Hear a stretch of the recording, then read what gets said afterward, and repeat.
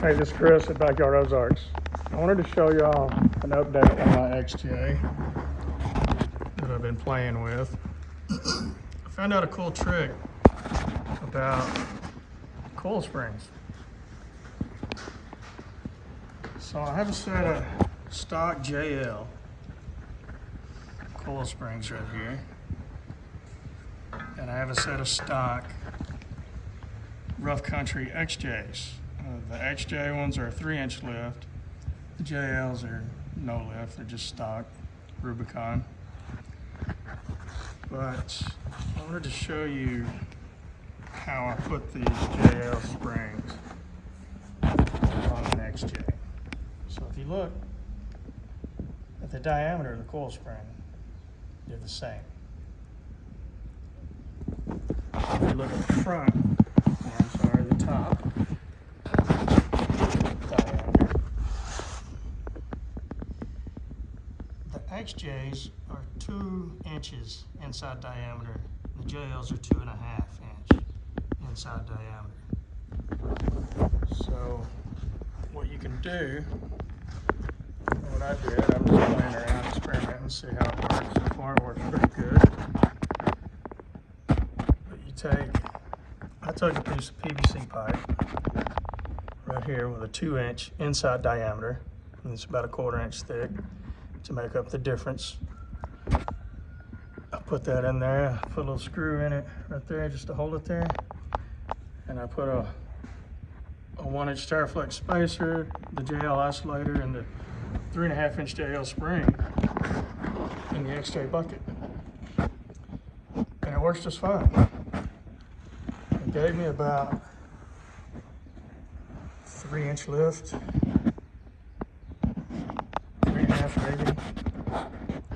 I think those springs are a little saggy. They were 3.5 inch Terraflex springs with a spacer makes it 4.5, but I think they're a little saggy. So I probably got 3.5 inches there.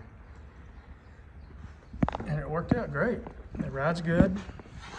So far I don't have any issues. I think I might need to make some control arm adjustments because the springs bowed a little bit. I think that's the control arms probably. I also put JL shocks on here. I did the bar pin eliminator, top and bottom. Let me show you what I did to modify the stock Rubicon shock to make it fit. So here's the top. These are off of my 2-door. Like these are actually the fronts. You just have to cut these off right here on both sides. And on the front, the lower bolt fits perfect. It's the right size that goes through the bar pin eliminator. On the rear, you have to cut the 2 tabs off, whatever those are.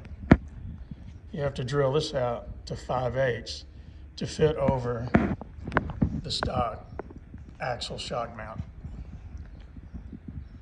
And other than that, they work great. Now, to do that, you have to run front shocks, front and rear. The rear shocks are too long, so you have to run, well actually, let me make this clear. If you get a set of JL shocks, the longer shock of the forward goes in the front and the short ones go in the back. So I'm running all rear shocks on here because the rear shocks are shorter. But it worked out pretty good. That line that I have right there, that is where the shock bottoms out. I've got probably 3 inches of downstroke on the shock, which isn't ideal. It's probably better suited for around a 5 or 6 inch lift. But this isn't my off-road truck. This is just my daily driver. So I don't put so many miles on my other 2 Jeeps and drive in the wintertime here in Missouri so my other Jeeps don't get all rusted out.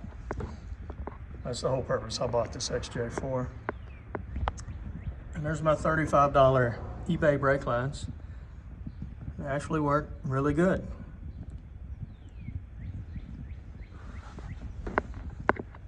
Yeah, I just wanted to show y'all that the JL swap parts. I haven't found any information on how to swap any JL parts, but I just had them laying around and I said, hey, let's give it a shot, see what happens. And sure enough, with a little piece of PVC pipe, it works just fine. So if you got parts laying around, you can get takeoff parts from people that take stock parts off. You can get them pretty cheap. If you're on a budget, that works out great. Anyway, I just want to show you that trick so y'all take it sleazy, and I'll see you next time.